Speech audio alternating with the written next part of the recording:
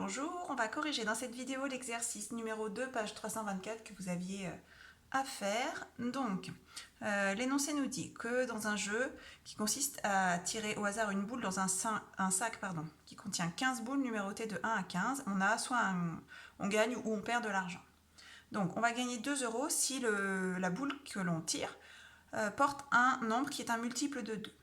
Qu'on gagne 7 € si c'est un multiple de 7, et que si ce n'est ni l'un ni l'autre, eh bien on perd 10 €.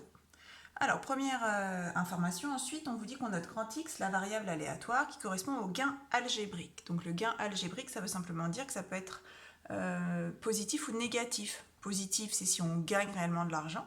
Négatif, si on perd de l'argent. Ça s'appelle malgré tout un gain, même s'il est négatif. C'est pas exactement comme ce qu'on dirait dans le langage courant. Donc, il peut être positif ou négatif, ce gain. Alors, examinons, pour répondre à la question 1, tous les gains possibles, puisqu'on nous demande l'ensemble des valeurs prises par la variable aléatoire x. Donc, quelles sont les différentes sommes qu'on peut gagner ou perdre avec ce jeu? Donc, premièrement, on peut très bien gagner 2 €.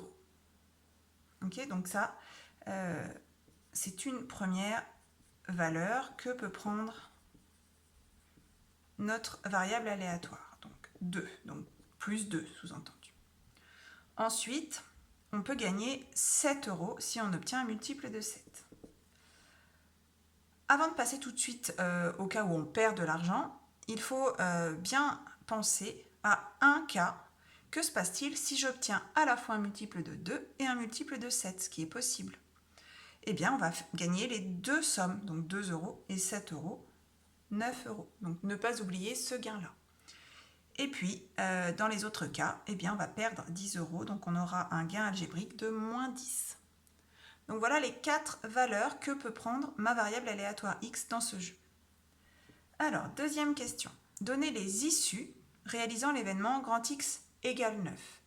Donc, parmi toutes les issues de ce jeu, quelles sont celles qui permettent de gagner 9 €? Donc on l'a vu, le 9 fait bien partie des valeurs que peut prendre notre variable. Donc il va falloir que l'on cherche toutes les issues possibles. C'est-à-dire parmi les nombres de 1 à 15, lesquels correspondent à c'est un multiple de 2 et en même temps c'est un multiple de 7.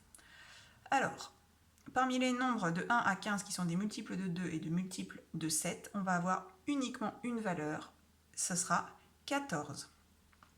Donc l'issue qui convient, c'est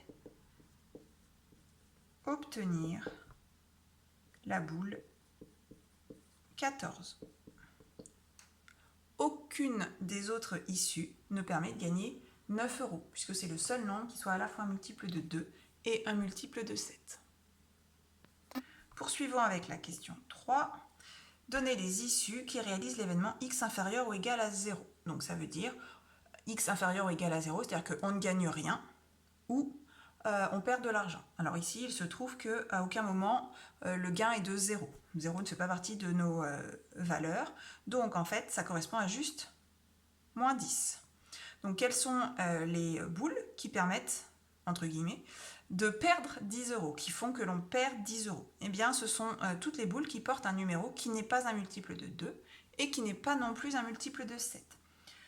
Donc, les boules qui ne sont pas des multiples de 2, ça va forcément être toutes les boules qui portent un nombre pair, et dans impair, pardon. Donc, pour ne pas être un multiple de 2, il faut que ce soit un nombre impair. Et parmi les nombres impairs, il faut aussi qu'on élimine celles qui sont des multiples de 7. Donc, on va avoir... Je vais pas écrire comme au-dessus la boule machin, je vais écrire obtenir en mettant la suite des nombres. Donc 1 ça marche, 2 on oublie puisque c'est un nombre pair, après on passe à 3, 5 pas de problème, ensuite je passerai à 7 sauf que 7 est un multiple de 7 donc je l'élimine, 9, 11, 13 et 15. Voilà les 7 issues qui permettent de réaliser l'événement grand X, le gain, est inférieur ou égal à 0.